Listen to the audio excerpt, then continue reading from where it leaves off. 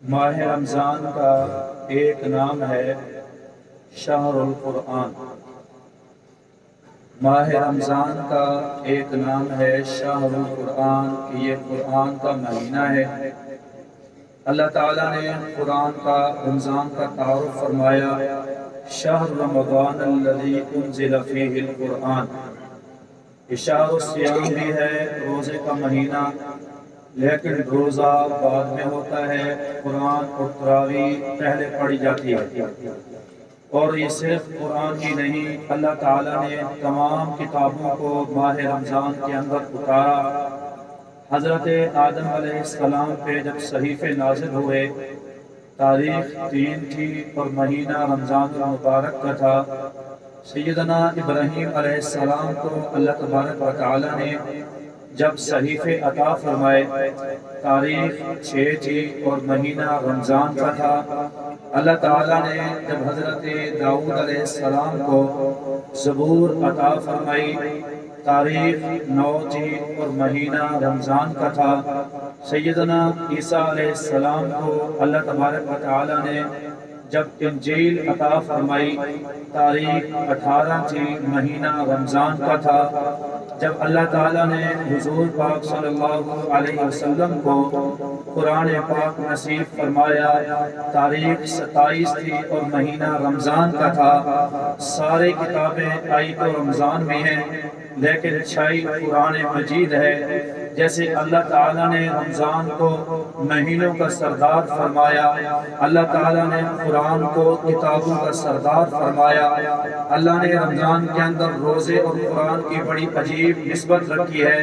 روزے دار جب روزہ رکھتا ہے، جب تک افطار نہ کر لے، اللہ کی رحمت بارش کی طرح اس پر برستی رہتی ہے۔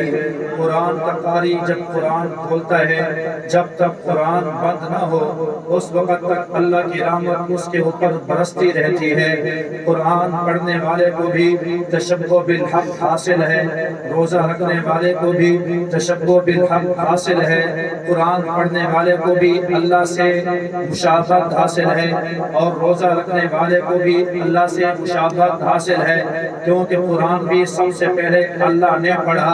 حضور پاک صلی اللہ علیہ وسلم نے فرمایا، تبارک بالقرآن فإنہ کلام اللہ، قرآن سے برکت حاصل کرو کیونکہ یہ اللہ کا کلام اللہ کی ذات سے نکلا ہے۔ سب سے پہلے اللہ نے پڑھا، جب قاری پڑھتا ہے تو اس کو اللہ سے مشابہت ہو جاتی ہے، وہ قرآن پڑھ رہا جو خود اللہ نے پڑھا۔ روزے دار کو بھی اللہ سے مشابہت ہوتی ہے، اللہ کھانے سے پاک، اللہ پینے سے پاک، اللہ بیوی سے پاک۔ روزے دار جب روزہ رکھتا ہے، روزے دار بھی کھانا چھوڑ دیتا ہے، روزے دار بھی کچھ ٹائم کے لیے پانی چھوڑ دیتا ہے، روزے دار بھی کچھ دیر کے لیے بیوی سے دور ہو جاتا ہے، اس کو بھی اللہ سے مشابہت ہے۔ قرآن کے قاری کو بھی اللہ سے مشابہت ہے۔ جیسے مشابہت یہ ہے، حضور نے فرمایا الصیام والقرآن یشفعان یوم القیامت، قرآن بھی قیامت کے دن شفاعت کرے گا۔ رمضان کے اندر روزہ بھی قیامت کے دن اللہ تبارک و تعالیٰ کے ہاں روزے دار کی شفاعت کرے گا۔ قرآن کو بھی شفاعت حاصل ہے، روزے کو بھی شفاعت حاصل ہے۔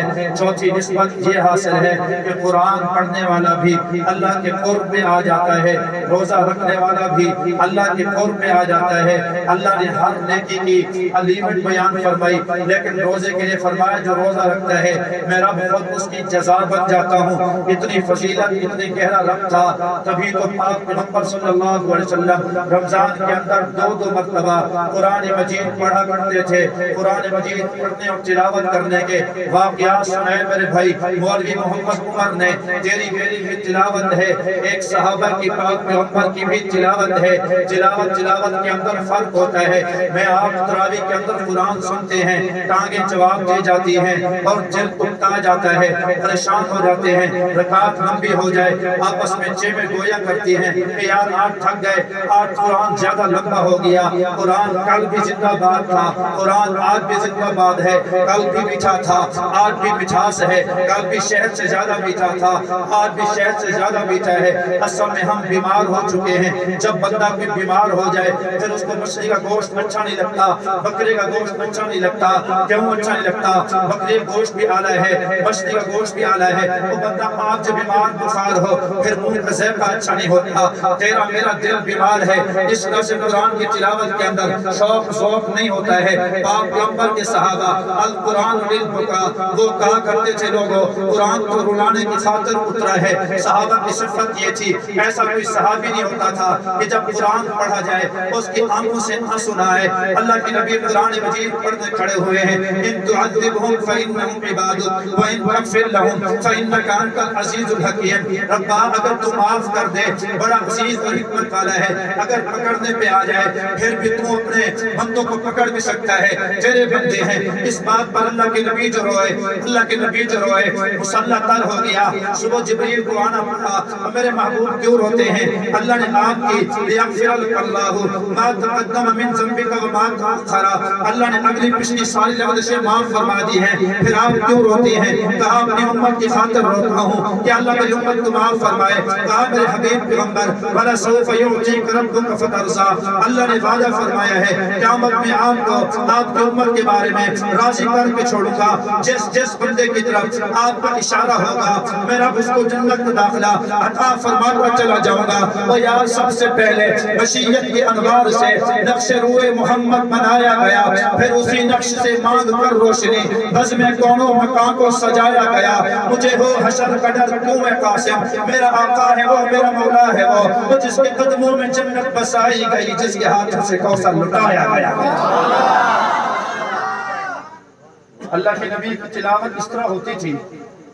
حضرت حفصہ رضی اللہ تعالی عنہ فرماتی ہیں میں نے کہا اللہ کے نبی آج میرے ابے کے گھر نہ جائیں، آج ایسے سورے نہ ٹکے ہوئے، سسرال کے اندر رہنا نبی پاک صلی اللہ علیہ وسلم کی سنت ہے۔ شام ہو گئی، دیر ہو گئی، تو کہا اللہ کے نبی دیر ہو گئی یہیں نہ ٹھہر جائیں، کہا ٹھیک ہے یہیں ٹھہر جاتے ہیں۔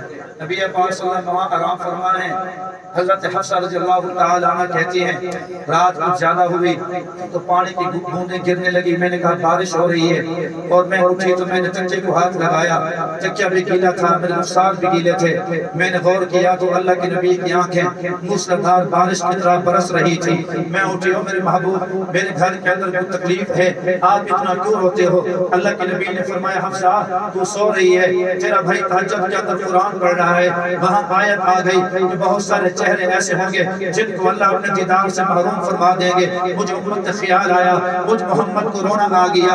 اللہ کے نبی نے فرمایا ابو موسیٰ اشعری مجھے قرآن سنا، اور میرے حبیب پیغمبر آپ کو جبریل سناتا ہے، میں آپ کو کیا سناؤں گا؟ کہا رب کا حکم ہے ابو موسیٰ اشعری قرآن پڑھے، میں محمد اس کا قرآن سنوں۔ ابو موسیٰ اشعری قرآن پڑھنے لگے، حضور سننے لگے۔ ابو موسیٰ اشعری کہتے ہیں میں نے دیکھا کہ حضور کی داڑھی تر ہو گئی، حضور کی دامن مبارک تر ہو گیا، اتنا روئے کہ مجھے قرآن بند کرنا پڑا۔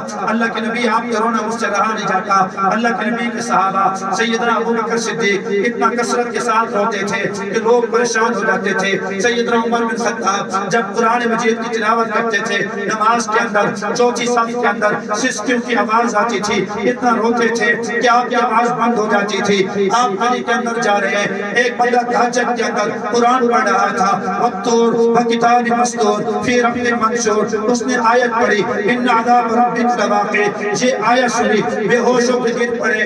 لوگ ایک مہینہ تک تیمار داری کرتے تھے، حالانکہ کوئی بیماری نہیں تھی، قرآن کے روگ دبدبے کی وجہ سے عمر بن خطاب بے ہوش تھا، مہینہ بھر بیمار رہا۔ او مسلمانوں، سیدنا علی کو میں نے پڑھا، ایک محراب کے اندر بیٹھا ہے، سسکیاں طاری ہے، بے ہوشی کے قریب ہے، یار کیا بات ہے؟ کہنے لگے کیوں نہ گر رہا ہوں، فلانا بندہ قرآن پڑھتا ہے، اس کے قرآن پڑھنے نے مجھ علی کو رونے پہ مجبور کر دیا۔ او یارا تم میں سے کوئی ایسا نہیں ہوگا جس نے قرآن اتنا پڑھا ہو جتنا امام اعظم ابو حنیفہ پڑھتا تھا۔ ایک رمضان کے اندر تھا، اور ایک بات میں نے پڑھی ہے کہ 63 ختم پڑھتا تھا، ایک ختم صبح کو ہوتا، ایک قرآن ختم شام کو پڑھتا تھا، پھر آخری پھر 3 ختم تراویح کے اندر کرتا تھا، 63 ختم قرآن مجید کے ایک رمضان کے اندر کرتے تھے۔ او مسلمانوں، میں آپ کہاں جا رہے ہیں؟ کیا ہم نے قرآن کو اتنا پڑھا کہا؟ کیا ہم نے قرآن کا حق پورا کیا؟ کیا ہم نے قرآن ذوق سے سنا؟